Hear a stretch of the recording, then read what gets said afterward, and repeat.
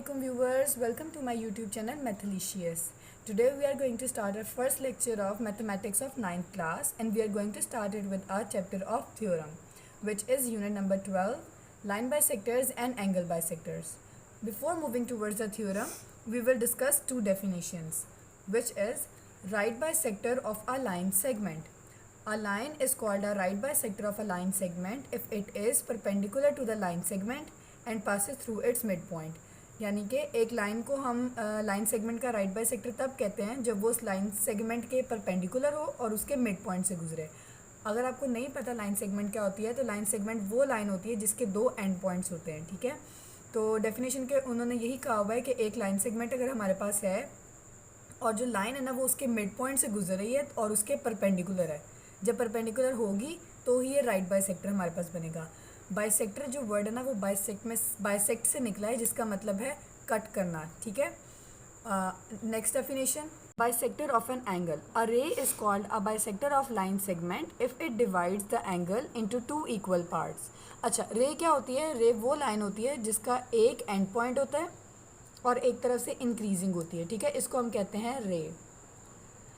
Okay, a ray BP is called the bisector of angle ABC if P is a point in the interior of an angle and measurement angle ABP is equals to measurement angle PBC. अच्छा, definition में क्या कहा गया है कि जैसे हमारे पास एक एंगल है ABC, ठीक है, ABC, और BP हमारे पास कोई रे है, यानी ये रे, ये हमारे पास कोई BP है.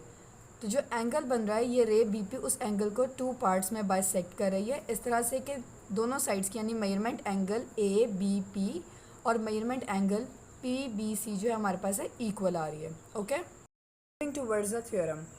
उसकी स्टेटमेंट हमारे पास क्या है? Any point on the right bisector of a line segment is equidistant from its end point. यानी कि हमारे पास एक लाइन सेगमेंट है, उसका जो राइट बाइसेक्टर है ना, उस राइट बाइसेक्टर के ऊपर हमारे पास कोई पॉइंट है जो पॉइंट लाइन सेगमेंट के एंड पॉइंट से इक्वी डिस्टेंट है.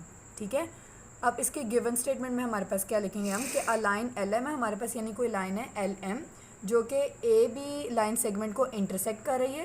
किस पॉइंट पे? किसी पॉइंट सी पे, सच दैट कि हमारे पास क्या है, ये एल एम जो है ना ये ए बी के परपेंडिकुलर है. इसका परपेंडिकुलर का मतलब कि ये 90 का एंगल बना रहे हैं.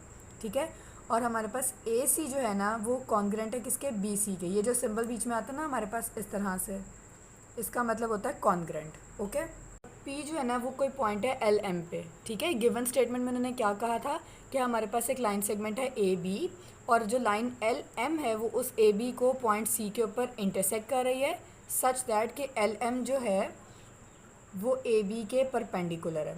अच्छा, ऊपर ये लाइन सेगमेंट का साइन और ये लाइन का साइन डालना ज़रूरी है. ठीक है, ताकि हमें पता चले हम क्या चीज़ कर रहे हैं. और कोई पॉइंट पी है जो कि इस एल एम के ऊपर है. ठीक हो गया. अब प्रूव हमें क्या करना है? गिवन स्टेटमेंट में आपको थ्योरम की स्टेटमेंट में भी उन्होंने कहा था कि हमें बताना है कि एक हमारे पास राइट बाय सेक्टर के ऊपर कोई सा पॉइंट है जो कि लाइन सेगमेंट के एंड पॉइंट से इक्वी डिस्टेंट है. तो हमने कहा है वो पॉइंट कोई पी है, तो हमने ये बताना है कि वो पी ए जो है ना वो पी बी के कॉन्ग्रेंट है. ठीक है, तो हम कंस्ट्रक्शन में अब क्या करेंगे? अच्छा, इसमें हमने ये चीज़ नोट करनी है कि कंस्ट्रक्शन वाला जो स्टेप होता है ना उसको हम डायग्राम में डॉटेड शो करते हैं. ठीक है, कंस्ट्रक्शन में हम क्या कर रहे हैं? अब उसी पॉइंट पी को हम ए और बी के साथ ज्वाइन कर रहे हैं. ठीक है, अब इसके प्रूफ की तरफ जाने से पहले एक दफ़ा फिर रिपीट कर लेते हैं. हमारे पास क्या गिवन था? गिवन हमारे पास ये था कि लाइन एल एम जो है वो लाइन सेगमेंट ए बी को एट पॉइंट सी पर इंटरसेक्ट कर रही है, सच दैट कि हमारे पास जो एल एम है वो ए बी के परपेंडिकुलर है, यानी 90 का एंगल बना रहा है, और ए सी जो है वो बी सी के कॉन्ग्रेंट है. ठीक है, अब ये पॉइंट पी कोई है किसके ऊपर है? एल एम पे है.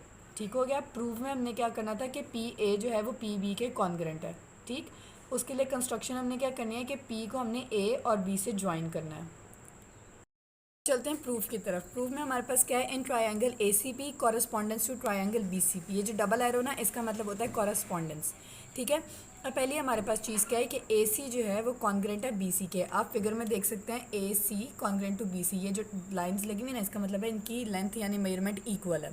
ठीक है, तो हमने ये गिवन स्टेटमेंट में था तो इसलिए इसके आगे रीज़न क्या दे दिया? ये गिवन है. ठीक, उसके बाद हमारे पास है angle A C P congruent to angle B C P. यहाँ फिगर में देखें A C P congruent to B C P. Reason हमने क्या दी हुई है उसमें कि पी सी जो है वो ए बी के परपेंडिकुलर है, सच दैट कि सी के ऊपर हर एंगल जो है वो 90 का बन रहा है. ठीक है, ये हमारे पास रीज़न गिवन है। ओके, नेक्स्ट आप देखें कि पी सी जो है वो कॉन्ग्रेंट टू है पी सी। अच्छा इधर देखिए ज़रा डायग्राम में हमारे पास ट्रायंगल तो दो बन रहे हैं, लेकिन अगर देखा जाए तो ये पी सी जो लेंथ है या साइड है ये दोनों ट्रायंगल में सेम है, यानी कॉमन हो गई। तो उसकी रीज़न हमने क्या दे दी है, कॉमन। ठीक, तो इन सब के बाद हमारे पास क्या आया कि ट्रायंगल ए सी पी जो है वो कॉन्ग्रेंट है ट्रायंगल बी सी पी के। एस ए एस पॉस्टुलेट लगा, यानी कि दोनों ट्रायंगल की कॉरस्पॉन्डेंस में हमारे पास दो साइड्स और एक एंगल जो है वो कॉन्ग्रेंट है। ठीक है, तो हेंस एंड पे हम लोग क्या दे देते हैं कि पी ए जो है वो कॉन्ग्रेंट है पी बी के, corresponding side of the congruent triangle. जब दो साइड और एक एंगल बन रहा है तो इसका मतलब तीसरी भी हमारे पास बन जाएगी। ठीक है, एक दफ़ा फिर से जल्दी से इसको रिव्यू कर लेते हैं। गिवन हमारे पास ये था कि एक लाइन सेगमेंट हमारे पास है ए बी, उसको लाइन ए एल एम जो है वो बाइसेक्ट करिए एट अ पॉइंट सी पे, सच दैट कि एल एम जो है वो परपेंडिकुलर है ए बी के, और ए सी जो है वो कॉन्ग्रेंट है बी सी के, और कोई P A point L M पे। ठीक है, प्रूफ हमने ये करना था कि पी ए जो है वो कॉन्ग्रेंट है पी बी के। कंस्ट्रक्शन में हमने क्या किया, इस पी को ए के साथ और बी के साथ ज्वाइन किया है। ठीक है, प्रूफ में हम देखते हैं हमारे पास आती है in triangle A C P congruent to triangle B C P. हमारे पास क्या है कि ए सी जो है वो कॉन्ग्रेंट है बी सी के, ये हमारे पास गिवन स्टेटमेंट में था। नेक्स्ट हमने किया कि angle A C P congruent है एंगल बी सी पी के। क्यों, क्योंकि पी सी जो है वो बाइसेक्ट कर रहा है ए सी को at a right angle, such that के सी के ऊपर हर एंगल जो है वो हमारे पास बन रहा है 90 का। नेक्स्ट आप देखें दोनों ट्रायंगल्स में हमारे पास पी सी जो है वो कॉमन आ रही है। ठीक है, तो यानी P C congruent to P C हमने लिख दिया है, कॉन्ग्रेंट टू पी सी हमने लिख दिया है कॉमन। ठीक है, तो यानी सब चीज़ें देखने के बाद हमने क्या कहा है कि triangle A C P congruent to triangle B C P, यानी ये एस ए एस पॉस्टुलेट है, दो साइड्स और एक एंगल कॉन्ग्रेंट है दोनों ट्रायंगल में। ठीक है, तो हेंस हम एंड पे रीज़न देते हैं कि पी ए कॉन्ग्रेंट है पी बी के, corresponding sides of a congruent triangle. Hope so कि आपको ये थ्योरम समझ आ गया होगा, और आपको ये जहन में रहनी चाहिए ये बात कि जो थ्योरम है वो आपके बोर्ड के पेपर में एज अ कंपलसरी क्वेश्चन आता है। ठीक है, ये 8 मार्क्स का क्वेश्चन होता है, आपको चॉइस आती है थ्योरम में, लेकिन आपके लिए ये इतनी आपको इस थ्योरम की प्रैक्टिस करनी चाहिए कि आप ये 8 मार्क्स इजीली गेन कर सकें, क्योंकि आपकी छोटी सी कोई ना कोई मिस्टेक जो है आपकी ये 8 मार्क्स को ज़ीरो कर सकती है। सो आप इसकी ज़्यादा से ज़्यादा प्रैक्टिस करें, और अगर आपको इसमें कोई चीज़ नहीं समझ आई है तो do ask me in the comment section, subscribe to my channel, share it with your friends and family. Thank you.